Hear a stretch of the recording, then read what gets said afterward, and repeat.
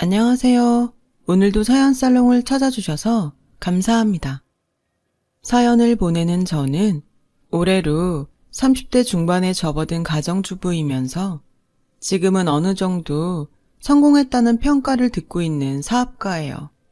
친정 어머니와 함께 시작했던 음식 관련 사업이 성공을 이루면서 지금에 이르게 되었죠. 제가 성공을 이루기 직전, 그러니까 20대 후반에 갓 결혼한 새댁이던 시절 이야기랍니다. 남다른 음식 솜씨를 가진 친정 엄마의 영향을 받아서일까요? 대학교에서 식품영양학과를 전공하게 되었어요. 졸업하던 겨울부터 곧장 어느 요식업 회사에 사무직으로 근무하게 되었고요. 그 즈음 만나기 시작한 남자친구가 바로 지금의 남편이에요. 남편은 저와 같은 대학의 호텔 경영학과 출신이었고 어느 호텔에 근무하고 있는 사회초년생이었어요. 저희 둘 모두 넉넉한 집안 형편은 아니었기에 치열한 사회초년생 시절을 보냈죠. 그 바람에 연애 기간도 꽤나 길어졌고요. 그 긴 연애 시간을 지탱할 수 있었던 건 당연히 저희의 깊은 사랑 덕분도 있었지만 친정엄마의 밥심 또한 한몫 단단히 거들었어요. 남자친구는 본가에서 해주는 밥은 맛이 없다면서 친정엄마가 때때로 불러다 차려주는 밥상을 무척이나 기다리고 반겼어요. 친정어머니와 저는 고봉밥을 매번 복스럽고 맛나게 뚝딱 해치우는 그를 보며 사윗감이구나, 남편감이구나 싶더랬어요. 그렇게 긴 연애 기간이 흐른 뒤 각자의 직장에서 자리를 잡게 된 저희는 자연스럽게 결혼 준비를 시작했고요. 결혼 준비를 시작하면서부터 남편이 왜 그렇게 본가의 밥을 싫어했는지 딱 느낌이 오더라고요. 원인은 바로 시어머니였죠.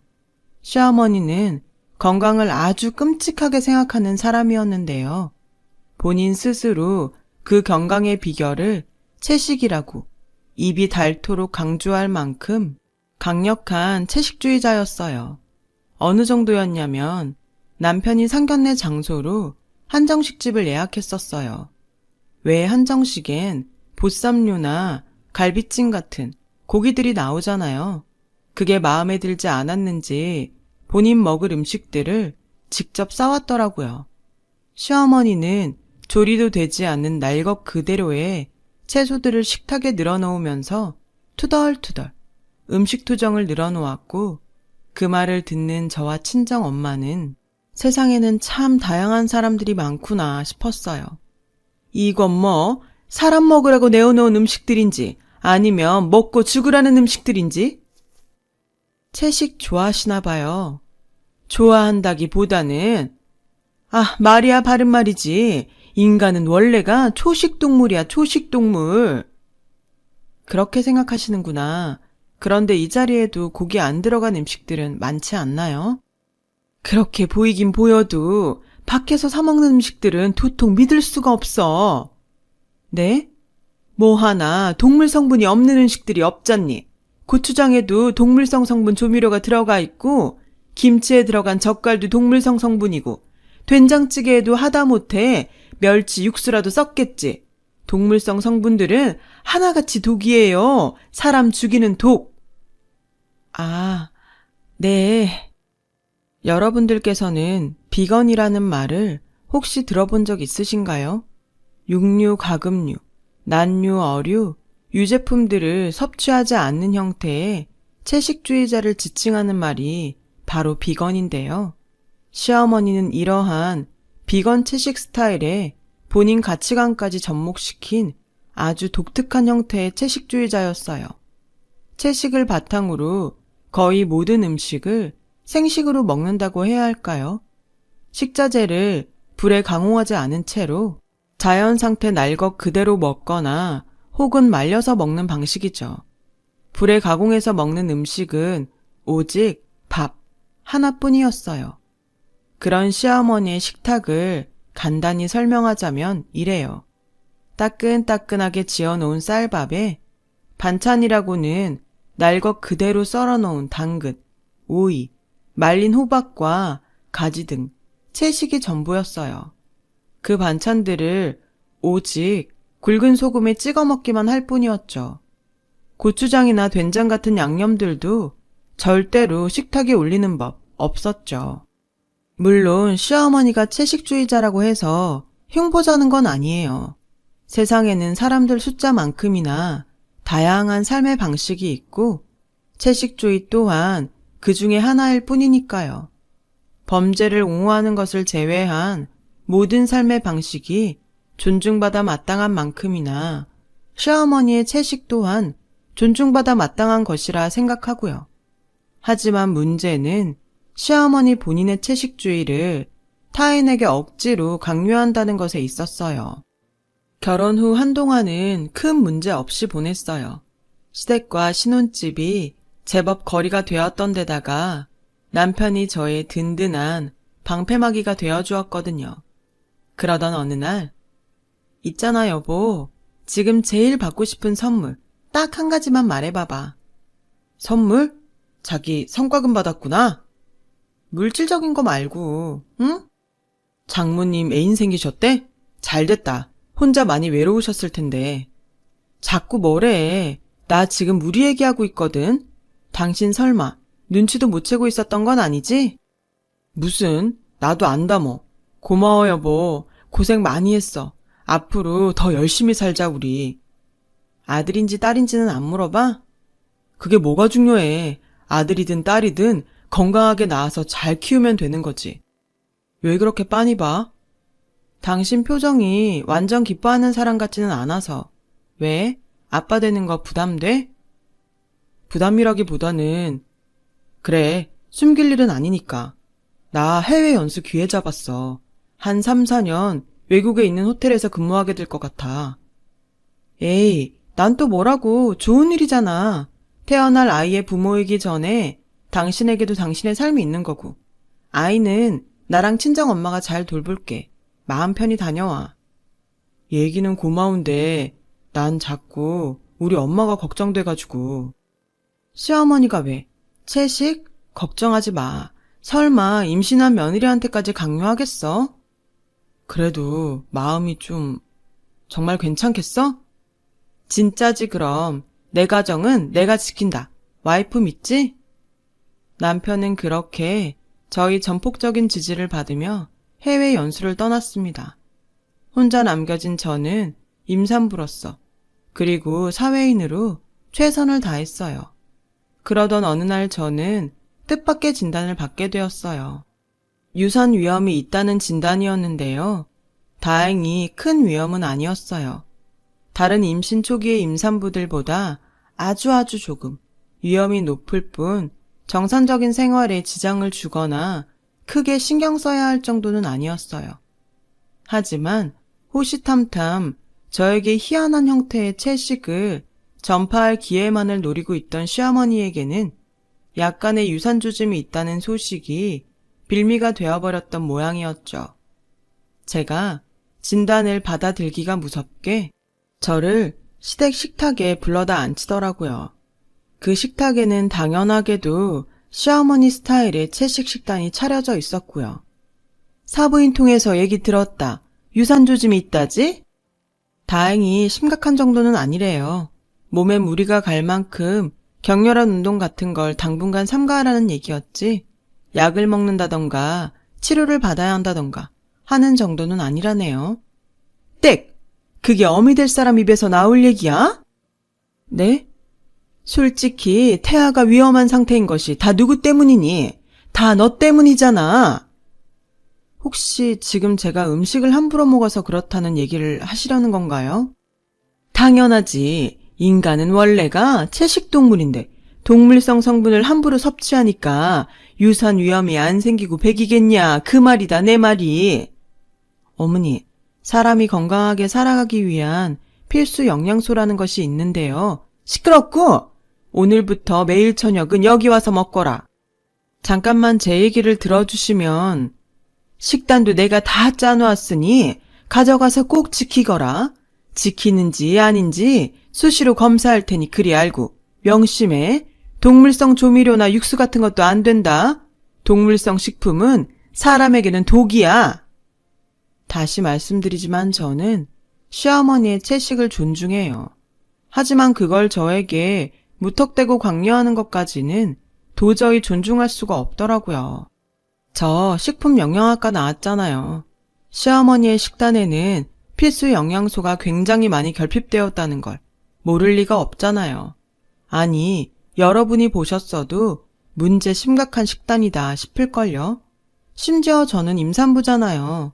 보통 사람들보다 훨씬 잘 챙겨 먹어야 하는 임산부요. 그런 임산부에게 정상적인 채식도 아니고 거의 생식 수준의 기이한 채식을 강요한다니요. 그러거나 말거나 시어머니는 본인의 채식 스타일을 자꾸만 저에게 강요했어요. 저 또한 시어머니가 그러거나 말거나 저녁 밥만 시댁에서 채식으로 먹는 척하면서 다른 끼니는 영양분이 골고루 들어간 건강식을 꼬박꼬박 챙겨 먹었죠. 시댁에서의 저녁 식사 자리나마 시어머니의 채식에 맞춰주는 척했던 이유는 간단했어요. 아무리 걱정할 정도의 위험은 아니라지만 어쨌거나 유산의 조짐은 썩 달가운 소식은 아니니까요. 행동 하나하나 신경 쓰이는 상황에 시어머니와의 마찰로 인한 스트레스까지 받을 수 없다는 생각이었어요. 참 다행스럽게도 친정어머니가 저와 태아의 건강을 지키는데 아주 큰 도움을 주었죠. 친정엄마는 임산부 딸을 위해 매일같이 새로운 반찬을 해다 주셨고, 저는 맛도 좋고 영양소도 풍부한 친정엄마의 음식 덕분에 유산 위기를 극복해 나갈 수 있었어요. 하지만 시어머니도 부모다 생각하고 솔직하게 털어놓으렴. 네? 낮에 고기 먹었니? 무슨 말씀이신지. 무슨 말씀이기는 너한테서 고기 냄새가 나서 하는 말씀이지. 순간 저는 기겁을 하고야 말았어요. 시어머니가 초능력자인가 싶었어요. 그날 점심에 소고기 뭇국을 먹었거든요. 그런 저의 표정을 읽었는지 시어머니의 호통이 이어졌어요. 네가 이럴수록 아이의 건강을 해치는 길이라는 것만 알아둬. 명색이 애미가 돼가지고 뱃속에 태아를 죽이는 꼴이야. 아무리 그래도 말씀이 너무 심하시네요. 정작 태아의 건강을 해치고 있는 사람이 누군지도 모르면서. 더 말할 것도 없다. 이대로 유산하는 꼴을 잠자코 지켜보느니 옆에 바짝 붙어서 직접 돌봐주는 수밖에. 시어머니는 그 길로 짐을 바리바리 챙겨 시댁을 나섰어요. 잠시 후 시어머니가 저를 이끌고 도착한 곳은 황당하게도 저의 신혼집이었어요.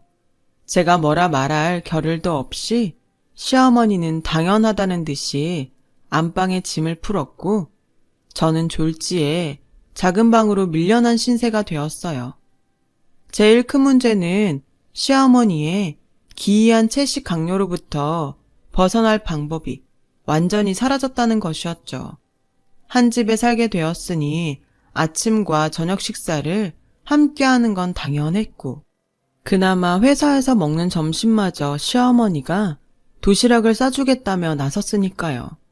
그 도시락은 물론 쌀밥을 제외한 모두가 생식 스타일의 채식 도시락이었어요. 시어머니를 어느 정도 맞춰드려야지 했던 처음 생각과는 다르게 시어머니와 함께 지내는 모든 순간이 저에게는 고통과 스트레스, 그 자체인 시간들이게 된 거예요. 집에 있는 모든 시간에 저의 곁에 딱 달라붙어 채식 공부를 시켰어요. 식품 영양학 전공자인 저로서는 동의할 수 없는 내용들이었고요. 하다 이대로는 안 되겠다 싶었던 저는 결국 시어머니에게 맞서기로 했어요. 이렇게까지 하시는 이유가 뭔데요? 어머님도 들어서 아시잖아요. 유산 위험은 넘겼다는 거. 누가 그러디? 다 괜찮아졌으니 안심해도 된다고. 내 눈에는 하나도 괜찮을 것 없는데? 누가 그러긴요. 같이 산부인과 가서 들었잖아요, 분명. 왜요? 말도 안 되는 채식 강요하겠답시고 이제는 전문가인 의사까지 거짓말쟁이로 만들려고요? 넌 애가 꼭 그러더라. 한마디를 하면 두 마디를 알아들어야지. 한마디도 제대로 알아듣지를 못해. 제가 못 알아들은 얘기가 뭔데요, 도대체? 육식 성분은 독이야. 네 입으로 들어간 독은 고스란히 태아에게 축적된다. 육식 성분은 절대로 독 아니고요. 제 입으로 들어간 영양소가 태아에게 전해지는 건 맞지만 애초에 독이 아닌데 문제될 것도 없잖아요. 오히려 필수 영양소를 충분히 섭취하는 게 중요하지. 사람은 원래가 채식동물인데 육식 성분이 왜 독이 아니니? 대답해봐. 과학적 역사적으로 따져봐도요. 사람은 채식동물이 아니라 채식, 육식 함께하는 잡식성 동물이에요. 그 사실이 그렇게 싫으면 채식동물 혼자 지키면서 사시면 된다니까요. 강요하지 말고. 일 없다. 내 너를 꼭 채식주의자로 개조시키고야 말 것이야. 우리 손주를 위해서라도 그렇게 해야겠어. 막말로다가 너한테 쌓인 독과 같은 육식 성분이 모유에 고스란히 남아서 우리 손주한테 갈 텐데 친할머니 입장에서 그걸 어떻게 보고만 있다든. 어머님! 난 말이다. 우리 손주가 태어나면서부터 채식주의자이면서 몹쓸 육식 따위는 모르는 올바른 삶으로 이끌고 싶어. 그게 내 솔직한 진심이다. 나 원참. 그쯤 해서 저는 할 말을 잃고야 말았어요. 아니 제가 술, 담배라도 하고 다니면 또 몰라요. 기껏해야 과학적으로 밝혀진 진실에 따라 필수 영양소를 골고루 섭취하며 태아와 저의 건강을 돌보겠다는 거잖아요. 아이가 태어난 다음에도 그래요. 어린아이가 건강하게 성장하기 위해서는 필수 영양소의 섭취가 얼마나 중요한데요. 그래서 요즘 절에서조차 꼬꼬마 동자 스님에게는 일부러라도 고기를 먹인다고 하는 거고요. 그런데 시어머니이면서 친할머니 될 사람은 입만 열었다 하면 채식 만세, 인간은 채식동물, 육식 성분은 독, 이러고 앉았으니 거기다 대구선 제가 무슨 말을 더 하겠냐고요. 속위의 경읽기도 정도가 있는 거고 떠들어봤자 제 입만 아플 뿐이죠. 그렇게 한동안 다툼의 날들이 이어졌어요. 제가 시어머니께 시댁에 돌아가라고 넌지시 얘기를 꺼내보았자 역시나 씨알도 먹히지 않았죠. 그러는 사이 저의 식단은 온통 기이한 채식투성이었고요. 꽤 긴 시간 제대로 먹지 못한 데다가 극심한 스트레스까지 겪어버린 저는 결국 회사에서 근무하던 중에 쓰러지고야 말았어요. 쓰러진 원인은 당연히 영양실조와 극심한 스트레스, 무엇보다 충격이었던 사실은 저의 영양실조로 인해 태아가 전보다 훨씬 큰 유산 위기에 놓여버렸다는 것이었어요. 산부인과 의사로부터 진단을 듣는 내내 저의 뇌리에는 섬뜩한 생각이 스쳐가더군요. 이대로 시어머니가 곁에 있으면 나와 태아에게 똑같은 위협이 언제든 다시 닥쳐올 수 있겠구나. 아니, 분명히 닥쳐올 것이다. 무사히 출산을 마친다 하더라도 시어머니가 나도 모자라 아이에게까지 기이한 채식을 강요할 테니 아이의 건강에도 위협이 되겠지. 그래서 저는 시어머니를 저와 태아의 곁에서 떼어놓기로 결심했어요. 그런데 저와 친정엄마가 그 결심을 되새기며 집으로 돌아오던 순간 저희 모녀야 앞에는 충격적인 광경이 펼쳐졌어요. 친정엄마가 임신한 딸을 위해 냉장고에 가득 채워놓은 음식들을 시어머니가 동네 떠돌이 개밥으로 주고 있더군요. 그냥 음식도 아니고 친정엄마가 밤을 새워가며 만들어다 주신 정성 그 자체인 음식들을요. 저는 결국 격분하고야 말았어요. 지금 무슨 짓을 하는 건지 알고는 있으세요? 이깟 독쓰레기들 개밥으로 버리고 있잖니. 왜? 그게 문제라도 된다든? 그 음식들이 어떤 음식들인지는 관심도 없죠? 넌 배운 만큼 배웠다는 애가 말이 참. 입은 틀어졌어도 말은 똑바로 하렴. 이게 어딜 봐서 음식이니? 아, 진짜. 그래요, 채식주의자? 좋죠. 그게 뭐 나쁜가? 사람에게는 각자의 가치관이라는 게 있는 법이니까 존중합니다. 그래? 아이고야, 이제야 네가 좀 올바른 생각을. 근데 이건 아니죠. 동물성 성분이 독이라는 말도, 시어머니 본인이 주장하는 이상한 채식 식단이 건강식이라는 말도 절대 동의 못해요. 자신의 가치관을 타인에게 이런 식으로 강요하는 것도 더 이상은 존중할 수가 없겠습니다. 동의할 것도 없고 존중할 것도 없어. 어른이 하는 말이니까 넌 그냥 나 죽었소 하면서 시키면 시키는 대로 따라해. 저 지금 응급실 다녀오는 길이에요. 근무하다가 쓰러져서. 혹시 고기 먹었니? 뒤에서 그러고 다닐 줄 진작에 알아봤다. 제대로 못 먹어서 쓰러진 거예요. 영양실조. 그놈의 이상한 채식 강요 때문에 받은 스트레스가 원인이기도 하고요. 저와 태아에게 독은 동물성 식품이 아니라 어머님 그 자체였다고요. 너 지금 친정엄마 앞이라고 체면 세우니? 이게 어디 버르장머리 없이? 버르장머리 없을만 해서 없는 거고 앞으로는 안 보고 살 작정으로 이러는 거죠. 의절이라도 하겠다? 누구 맘대로? 유감이지만 해외 연수 중인 댁내 아드님과도 통화 마쳤네요. 참, 이제는 내 남편이지 당신 아드님이 아니라 꼴도 보기 싫으니까 얼른 가세요. 짐은 택배로 보냅니다. 그렇게 저는 시댁과 의절을 했습니다. 솔직히 말해서 속이 아주 시원하더라고요. 찍소리도 못하고 돌아서는 시어머니의 모습을 보며 안도했어요. 저와 태아의 건강을 위협했던 원인이 사라진 것이니까요. 그런 저와 태아를 위해 친정엄마는 무척이나 애를 쓰셨어요. 못된 시어머니 대신 신혼집에 들어와 삼시세끼 맛도 좋고 영양가도 풍부한 음식을 해주셨죠. 덕분에 저는 빠르게 건강을 회복할 수 있었고 떡두꺼비 같은 아들을 순산했어요. 세상과 바꿔도 아깝지 않을 만큼 사랑스러운 아이예요. 그 무렵 육아휴직을 낸 저는 아들을 돌보며 겸사겸사 새 사업도 구상하게 되었습니다. 친정어머니의 음식 솜씨를 활용한 식품 제조업이었어요. 역시나 친정어머니의 음식 솜씨는 참 대단한 것이더군요.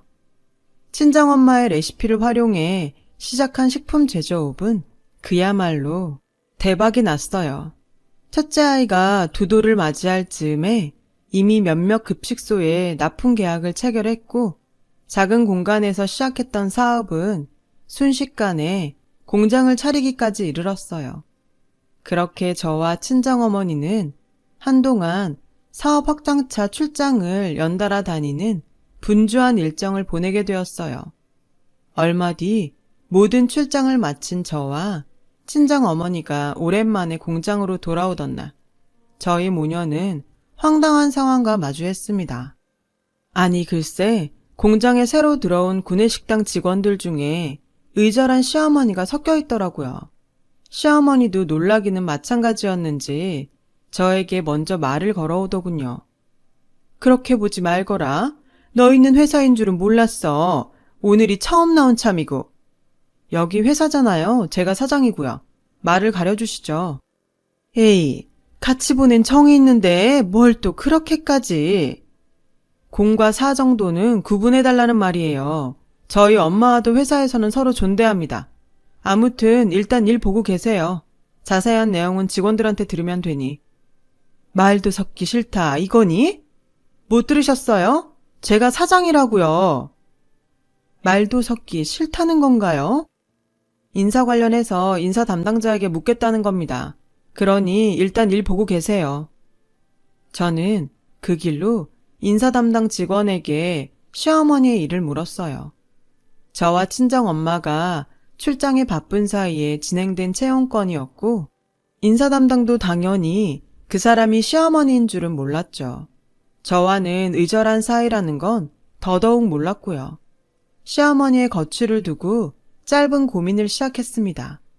시어머니가 극단적인 채식으로 인해 건강이 아주 심하게 상해버렸고 많지도 않던 재산이 치료비로 홀라당 싹 까먹어버린 신세가 무척이나 처절해 보였거든요. 처량한 신세의 사람이 시어머니이기에 측은지심이 들었던 것이 아니라 이미 채용되어 버린 직원인데다가 사정까지 딱한 직원을 모질게 해고해버릴 만큼 악덕사장은 아니거든요. 제가 직원을 바로 해고해버린다면 인사 담당 직원 체면도 깎여버리는 일이기도 했고요. 그래서 아마도 시어머니가 조용조용 일만 잘해주었더라면 회사 사장으로서 고용을 유지하는 선택을 했을지도 모를 일이었죠. 하지만 시어머니가 첫 출근을 한 지 얼마 지나지 않아서 직원들로부터 불만사항이 접수되었어요. 구내식당 밥맛이 영 이상해졌다는 거예요. 컴플레인을 접수한 저는 곧장 구내식당에 음식 맛을 점검했죠. 아, 이건 시어머니의 지시겠구나. 감이 딱 오더라고요. 그래서 시어머니를 회사 밖으로 불러내었어요.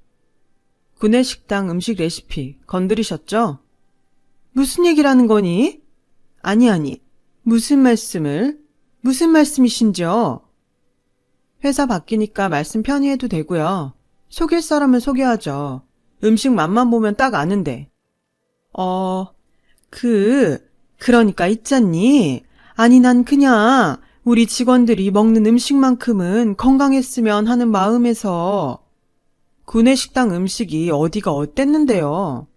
육식 성분은 독이다? 아무래도 그렇지. 그랬어요. 구내식당의 음식 맛이 변했다는 컴플레인의 원인은 바로 시어머니였죠. 시어머니가 구내식당 레시피에 슬쩍슬쩍 손을 댔더라고요. 고깃국에 고기를 빼놓는다거나 김치에 들어가는 젓갈을 일부러 넣지 않는다거나 육수 대신 맹물을 사용했다거나 하는 식이었어요. 그러니 음식 맛이 제대로 나지 않을 수밖에요. 더욱이 기분 나빴던 건 구내식당의 식단은 회사에서 가장 중요한 것들 중 하나라는 사실이었죠. 음식 만드는 회사에 구내식당 식사가 변변찮으면 직원들 사기가 많이 떨어질 테니까요. 저희 회사가 식품회사니까요. 그래서 친정어머니의 음식 솜씨를 바탕으로 제가 식품영양학 전공까지 살려가며 맛과 영양 모두를 만족시킬 수 있도록 신경 써왔던 구내식당이었거든요. 하지만 저는 일단 화를 꾹 참았어요. 그리고는 회사의 창업주이자 사장으로서 시어머니에게 마지막 기회를 주기로 마음을 먹었어요. 좋아요. 지난 일은 없던 것으로 해드리죠. 그래 주겠니? 대신 조건이 하나 있습니다. 조건? 어디 말해보렴. 일만 계속할 수 있다면야 틀어주고 말고. 구내식당 레시피에 손대지 마세요. 채식주의를 다른 사람에게 강요하지도 마세요. 어머님의 가치관을 존중해드릴 테니 다른 사람들의 식습관 또한 존중해달라는 말입니다. 그럴 순 없지. 조건을 들어주실 수가 없다고요? 아무리 직원들끼리만 먹는 구내식당이라지만은 참된 현대인 입장에서 독인 것을 독이 아니라 할 수는 없다. 내 손이 닿는 이상 동물성 성분은 절대로 용납할 수 없어. 알겠습니다. 그렇다면 이 자리에서 해고 처리하는 것으로 하죠. 인사팀 직원에게 가셔서 해고 처리되었다 말씀하시고 적법한 절차 안내받으시면 되겠네요. 해고로 인해 회사가 져야 하는 책임이 있다면 하나도 빠짐없이 모두 지겠습니다. 에이, 또 그렇게 모질게 굴 것까지야. 아닌 말로다가 나 여기 아니면 갈 데가 없어요. 이 나이에 취직 자리라고는 식당 아르바이트가 전부인데 그나마도 녹록치가 않아요. 왜 녹록치가 않을까요? 뻔하죠. 그 식당들에서도 그 말도 안 되는 채식이 어쩌고저쩌고 그렇게 하다 쫓겨났을 거 아닌가요? 유감이지만 저희 회사도 마찬가지입니다. 음식 가지고 장난치는 사람을 구내식당에서 고용할 수는 없으니까. 결국 시어머니는 그 자리에서 해고 처리되었고 저희는 긴 악연의 마침표를 찍게 되었어요. 그렇게 지금 30대 중반에 접어든 저는 시어머니의 채식 강요로부터 지켜낸 첫째 아이와 그 이후에 태어난 둘째 아이를 건강하게 잘 키우고 있답니다. 저와 친정 어머니, 그리고 해외 연수에서 돌아온 남편은 아이에게 가리는 음식 없이 골고루 꼭꼭 씹어 잘 먹는 식습관도 빼먹지 않고 가르치고 있어요. 사업은 음식 납품하는 급식소를 더 늘리기 어려울 만큼 번창했고요. 시어머니는 어떻게 되었냐고요? 식당 아르바이트를 여기저기 전전하며 입에 겨우 풀칠이나 하고 다닌다는 풍문이에요. 심지어 그 식당들에서도 손님들에게 극단적 채식을 강요하다 쫓겨나기 일쑤인 신세라더군요. 신혼집에서 한 번, 회사의 레시피에 손댔다가 또 한 번, 그렇게 2번씩이나 쫓겨난 데다가 심지어 겨우 먹고 사는 신세가 되어서조차 그 버릇을 못 고쳤다니. 참, 이래서 사람 쉽게 안 변한다고 하는 모양입니다. 어떤 잘못된 믿음은 자신 말고도 주변 사람들까지 병들게 할 수 있다는 것이 무섭기도 했어요. 저도 제 가족과 자신, 회사를 위해서 건강한 정신과 건강한 육체를 가질 수 있도록 노력하면서 살아야겠어요. 저희 사연은 여기까지입니다. 들어주셔서 감사해요. 맛있고 건강한 하루 되세요. 여러분, 사연 댓글에 응원과 현명한 조언 부탁드려요. 좋아요와 구독은 저에게 큰 힘이 됩니다. 오늘도 좋은 일 가득하세요.